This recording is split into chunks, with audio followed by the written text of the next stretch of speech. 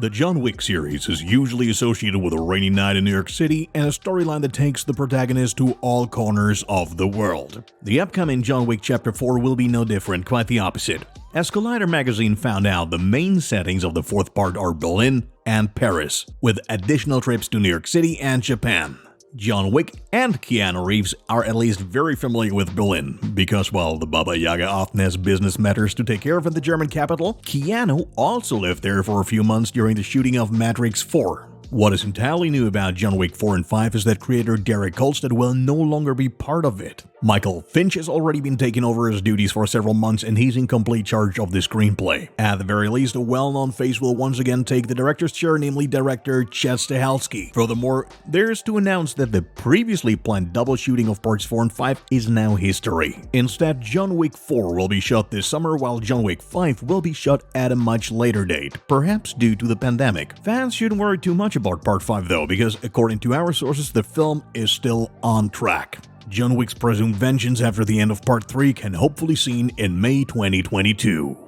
It seems as though Disney Plus is currently on a similar path as competitor provider HBO Max. One reason for this is an announcement by Disney which revealed the release of Black Widow and Cruella via video on demand. The two new titles will be available as VIP titles on the movie company's own streaming service at the same time as the theatrical release. However, users should refrain from getting too excited at this point because similar to Mulan, they will have to pay an additional fee, which can quickly add up to €20. Black Widow will now be the first Marvel film to be released simultaneously on Disney Plus and in theaters. The date has been set for July 9th, whereas you can already watch Cruella on May 28th. On the other hand, you will be able to watch the latest Pixar production, Luca, on Disney Plus without paying a VIP fee, starting on June 18th, 2021. The quality of the Resident Evil movies released so far is debatable. Either you celebrate the action-packed blockbusters, or you miss the horror factor and the thematic relevance to the movie game originals. Director Johannes Roberts has now announced the official title of the reboot, which is based on the two highly praised first parts of the video game franchise, to be Resident Evil: Welcome to Raccoon City. In terms of content, the new project will finally put the past films and Milla Jovovich behind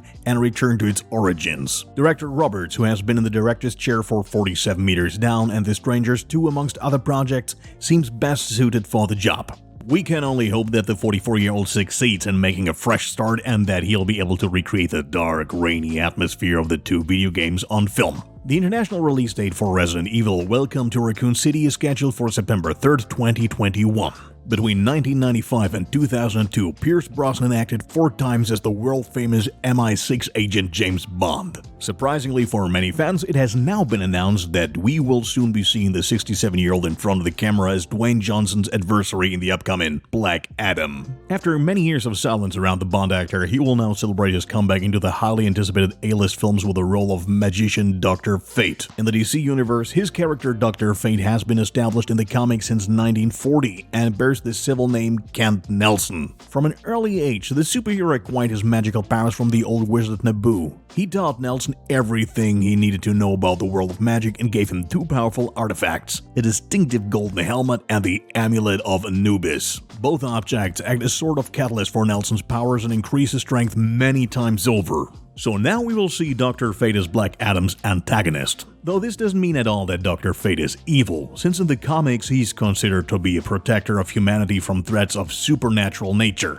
Thus, many fans are speculating that both of them will fight each other in the course of the movie, but ultimately will have to face a much greater force and will be compelled to team up. Therefore, it's quite fitting that production is slowly gearing up and hopefully we'll get first pictures from the set in the next few months. A release date for Black Adam has unfortunately not yet been announced. What do you think about the rather unexpected casting of Pierce Brosnan? Do you think he will harmonize with Dwayne Johnson in front of the camera, or would you have preferred a completely different DC character for the upcoming Black Adam movie? Feel free to write us in the comments. Next year, it's happening. The Flash with Ezra Miller and Michael Keaton will hit theaters. At least that's what many fans think, but as Keaton now revealed in an interview with Deadline, it could be a tight squeeze for his Batman appearance. He stated that he's very busy right now and that he has already called the executives of The Flash to ask for their understanding regarding any scheduling conflicts on Keaton's part. He's currently very involved in his current project and has not yet had time to strike a deal with the producers behind The Flash. Besides, he expressed great concern about the pandemic and getting infected, so he is always making his work dependent on the current situation. The whole thing seems anything but pleasant now. After all, many fans are eagerly looking forward to the return of the Batman actor announced at the end of last year. Regardless, there's also distinctly better news about The Flash because the role of the superhero father Dr. Henry Allen has been recast. Billy Crudup, who was originally planned for the role, is now succeeded by the morning show actor Ron Livingston. Incidentally, Livingston shares his parental role with Maribel Verdú, who embodies the mother of the fastest man in the world. It is a known fact that The Flash will be shot this year, although at present it can only be assumed how the matter with Michael Keaton will be resolved. The Flash is expected to be released in theaters on November 3rd, 2022.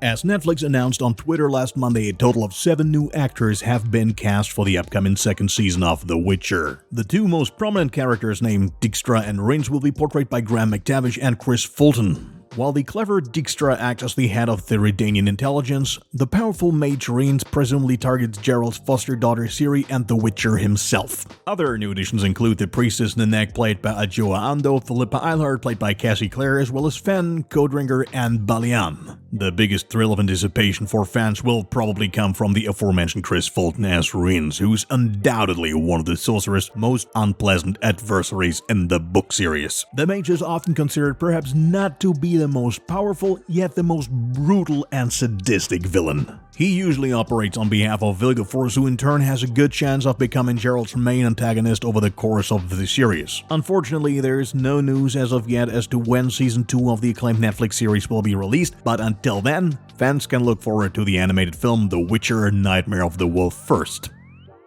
We haven't even seen Keanu Reeves in the long-awaited Matrix sequel and John Wick 4 and 5 so far, and yet the much-sought-after actor has already been signed up for 2 more projects. We're talking about the comic adaptation BRZRKR, in which he will not only play the leading actor and producer, but also the writer. Together with comic author Matt Kindt, Reeves conceived the storyline and published it as a comic for the first time earlier this month. The ominous title of the work is a spelling of the word BRZRKR, just like the main character of the story who bears the same name, or rather the nickname B. B is an immortal warrior who is condemned to find his way through the world's entire history for all eternity. He has been doing this for almost 80,000 years, which gets quite exhausting in the long run, obviously. However, a time of redemption seems to be in sight when the US government hires the warrior to win battles for them that are too risky for others. The price? They have to find out everything about his mysterious existence and provide him with the answer on how to end it all after so many years. Definitely sounds like a whole lot of fun and havoc. However, there's also a second project planned for BRZRKR, and that is an anime series of the same name. This is supposed to offer a different take on the comics universe and possibly even establish a whole new main character. Unfortunately, there is no information about a release date for the 2 Netflix projects, but Keanu Reeves should have enough to do with John Wick Chapter 4 and 5 for the time being anyway.